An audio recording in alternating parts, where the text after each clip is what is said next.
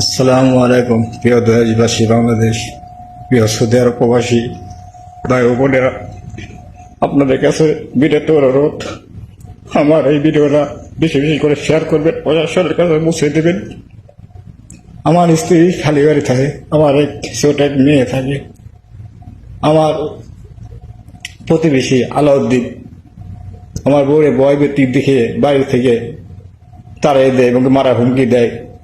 এই কারণে আমার বউ অন্য স্তরে আশ্রয় নেয় আমার এক বাইরা বাড়ি। আমার বউ সকালে এসে দেখে যে আমার জায়গায় ঠিক আছে বাউন্ডারি করেছে। আমার বউ বাউন্ডারি ভাঙতে গেলে আমার বউ এলোপাটি করে মারপিট করে এবং কি আমার ঘরে থেকে টাকা পয়সা, নগদ অর্থ এবং অলংকার তারা নিয়ে যায় এবং কি তারা হুমকি দেয় যে এই প্রশাসনের কাছে গেলে এবং কি মিডিয়ার কাছে গেলে আমার ছেলে মেয়ে আমার স্ত্রীকে হত্যা করবে তারা।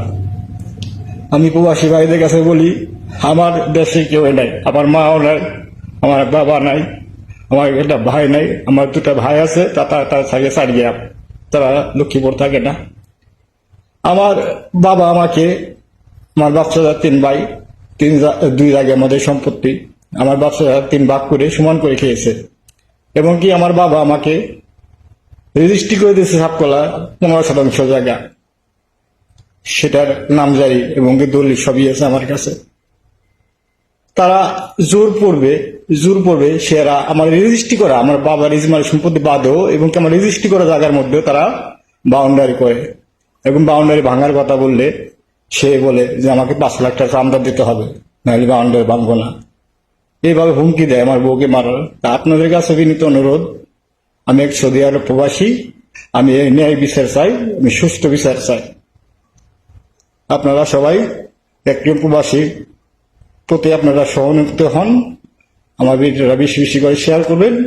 আর আইন শৃঙ্খলার বাহিনীর কাছে যিনি দ্রুত আমি আইনটা পাই সেই ব্যবস্থা আপনারা করে দেবেন সবাই। আমি আর কি বলবো, আমার আর বলার ভাষা নাই। আমার বুকটা ভারী যদি দেখতে পারতাম আপনারা।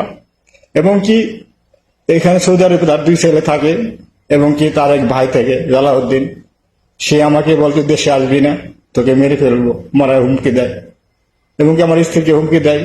আমি কি পৃথিবীতে একা জন্ম নিয়ে কি ভুল করেছি? আমি যদি পৃথিবীতে একা জন্ম নিয়ে ভুল করে থাকি তাহলে আমি ভুলি। আমার নিজের জায়গা, আমার নাম খারিজ করা জায়গা, আমার বাবার জায়গা তারা জোর করে এবং কি দখল করে নেবে। এটা কি আমি ন্যায় বিচার পাবো না?